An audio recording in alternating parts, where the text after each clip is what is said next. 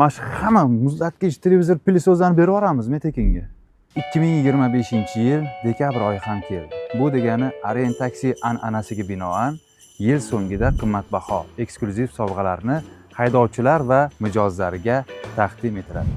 Esingizda bo'lsa, bundan oldingi yil, ya'ni 2024-yil so'ngida ham bir-biridan ajoyib sovg'alarni mijozlarga va haydovchilarga taqdim etgan va bu yil so'ngida ham 25 ta bo'lgan qimmatbaho sovg'alarni o'z egalariga taqdim etadi.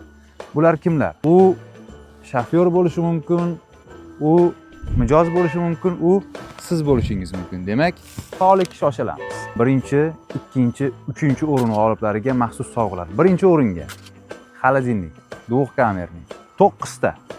Ikkinchi o'ringa barcha funksiyalari bor smart televizor 8 ta. Uchinchi o'ringa zamonaviy changyutgich 8 ta.